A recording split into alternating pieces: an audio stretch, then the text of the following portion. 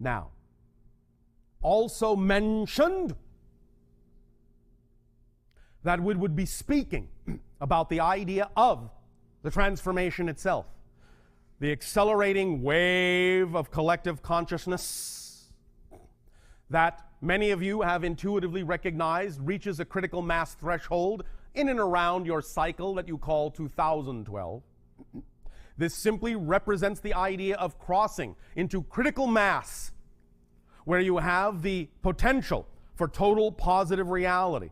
You have that now, of course, but after 2012, the idea of positive energy will be so much more available to so many more of you that if you should choose to ride the crest of that wave, the leading edge of that wave of consciousness, you can accelerate so rapidly, you can attract to yourself so rapidly the things that are representative of your passion, of your joy, without knowing in any way, shape, or form how these things could have happened, beyond reason, beyond logic,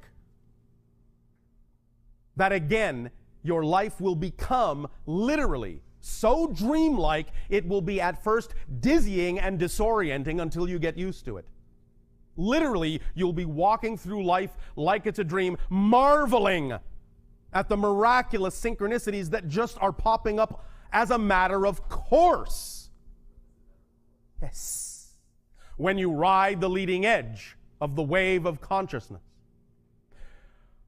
If, however, you choose to continue to compartmentalize your physical mind and make it responsible for being in charge, and have to know the how, and have to know the why, and have to know all the details before you'll be willing to believe that the higher self can simply bring this to you, then you will, by choice, position yourself somewhere down the line from the leading edge, in some of the eddies and currents and backwashes in the wake of the leading edge. Now, it doesn't mean that you cannot find benefit in those locations, in those gradations of frequency behind the leading edge.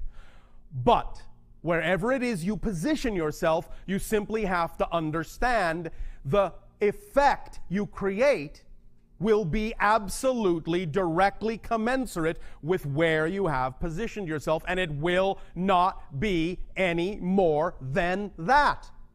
By definition, it cannot be any more than that.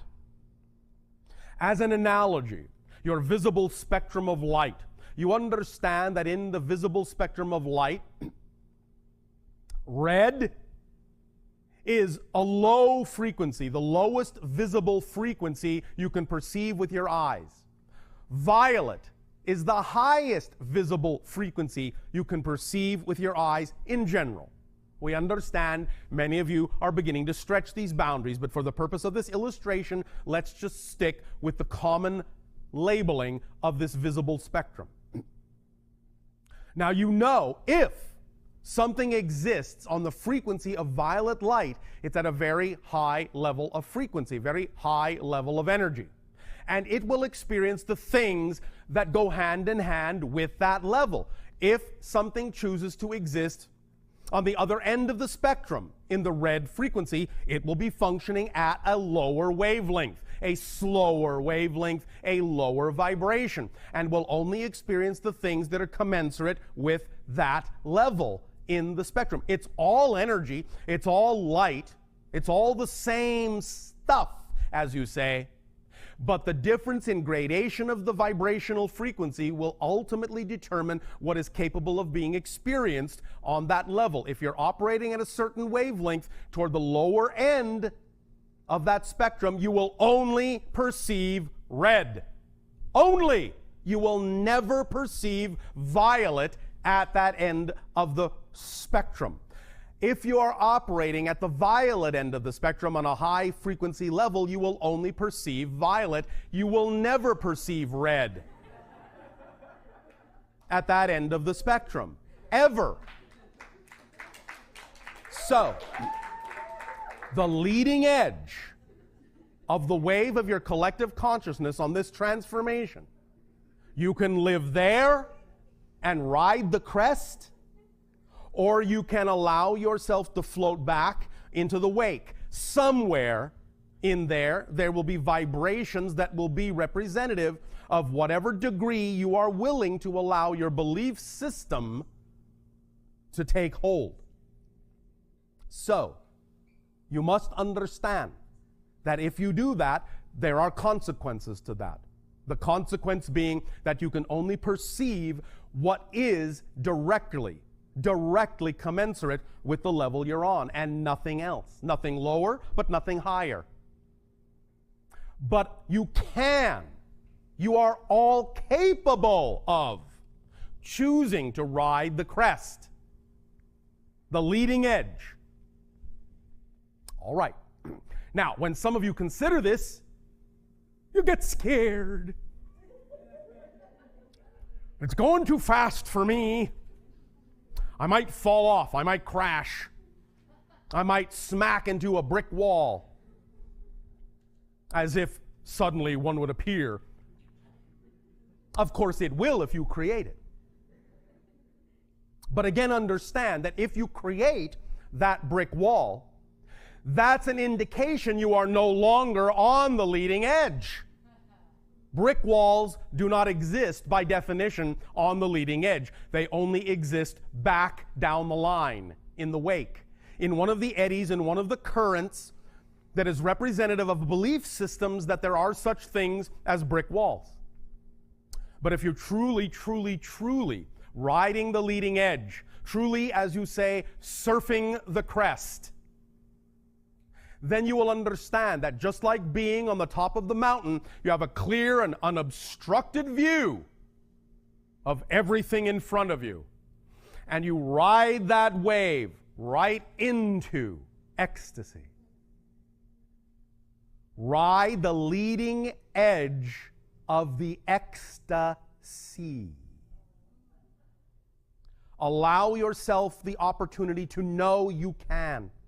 You don't have to choose to. But then if you don't be surprised by what is commensurate for that level. It's completely up to you what to lock onto, what to believe, what to align with, what to associate yourself with. You can, on one hand, say, I understand these concepts. I believe these concepts. I will live these concepts. I am this idea. It can happen instantly, effortlessly, miraculously, wonderfully, joyfully, creatively, lovingly, now for me. Or you can recognize that you tend, quote unquote, choose to gravitate more to informational sources that confirm your own fear. Well, one should take their time. Well, one has to be careful with this stuff. Now, we understand that there is such a thing as recognizing and honoring whatever belief system you happen to have, and not pushing yourself beyond it if you truly don't believe you can, because that would simply be disastrous. But the idea is to understand and to clearly take responsibility for knowing that if you are aligning with someone that says, well, you can't just go full throttle because you have to be careful that you're not doing this and you're not doing that. You might fool yourself here, you might fool yourself there, and you have to take it easy. If you align yourself with that, that's all well and good. But understand that you are choosing to, and it has nothing at all to do with the fact that you could change your belief and allow yourself to ride the leading edge where things manifest instantaneously. You could. But if you are not, it's your choice. And that's, once again, where you really need to be passionate about being passionate and find out why you are choosing to not ride the leading edge. You will obviously have your own reason for not doing so. Whatever that reason is, whatever you feel is the need for safety, is up to you to determine. But just take responsibility and recognize the responsibility and the choice that you are making for understanding that it's not empirically true that you have to do it that way. It's not empirically true that you have to listen to what that person is saying as opposed to what this person is saying. It's just your choice. Take responsibility for it and then be passionate about finding out why you believe what you do, so that you can, if you are willing, open up to new beliefs that will allow you to move up the spectrum and be in the violet instead of in the red, financially speaking.